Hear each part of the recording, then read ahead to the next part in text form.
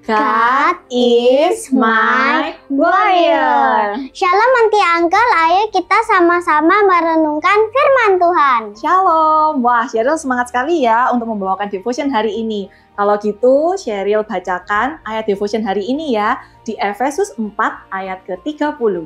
Efesus 4 ayat 30. Dan janganlah kamu mendukakan Roh Kudus Allah yang telah mementeraikan kamu menjelang hari penyelamatan. Bapak Ibu yang dikasihi Tuhan, coba kita renungkan kembali. Seberapa sering sih kita itu mendukakan hati Roh Kudus? Mendukakan hati Roh Kudus itu seperti apa sih, Kak? Sheryl, mendukakan hati Roh Kudus itu ketika kita melakukan hal-hal yang tidak sesuai dengan firman Tuhan. Seperti marah-marah, iri, dendam, dengki, benci, mencuri, dan semua bentuk perkataan atau perbuatan dosa.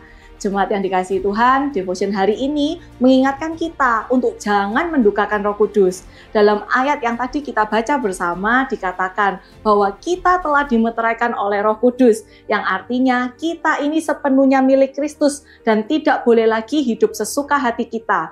Kita semua sudah ditebus oleh Yesus Kristus dengan darahnya. Ketika kita menerima Tuhan dalam hidup kita, maka Roh Tuhan itu sendiri tinggal dalam hidup kita. Maka sudah seharusnya hidup kita ini hanya untuk melakukan kehendak Tuhan.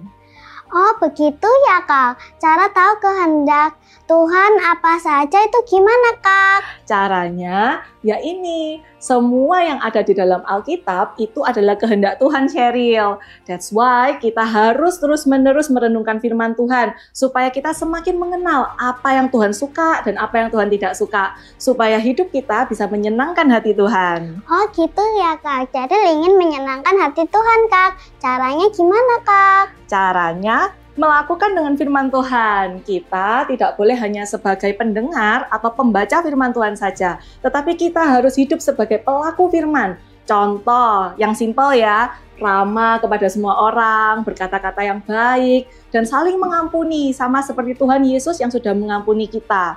Tetapi Sheryl, kita itu tidak bisa melakukan firman Tuhan dengan kekuatan kita sendiri. That's why kita harus bersandar kepada Roh Kudus. Nah, jemaat Tuhan, hari ini saya dan Sheryl ingin mengajak kita semua untuk dengan sengaja mencari dan mengikuti pimpinan Roh Kudus dalam segala keadaan. Dengan cara ya suka merenungkan firman Tuhan, mencari Tuhan setiap hari melalui saat teduh, dan selalu memilih untuk hidup benar, yaitu hidup taat akan firman Tuhan. Sheryl, coba katakan bersama-sama ya, taat saja. Taat saja. Kalau Sheryl mau untuk taat akan firman Tuhan, apakah Bapak Ibu juga mau? Sampai jumpa di next devotion selanjutnya. Tuhan Yesus memberkati.